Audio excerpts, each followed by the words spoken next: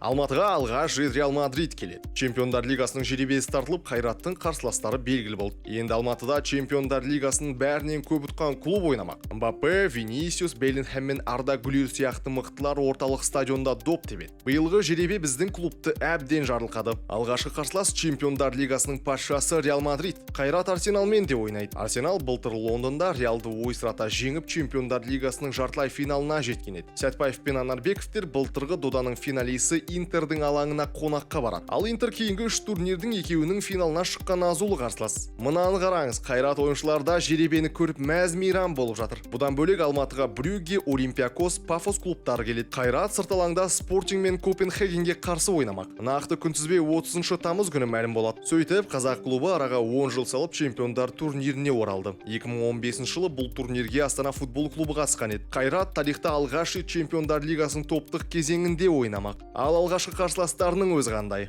Қазақ елі футбол тойы құтты болсын.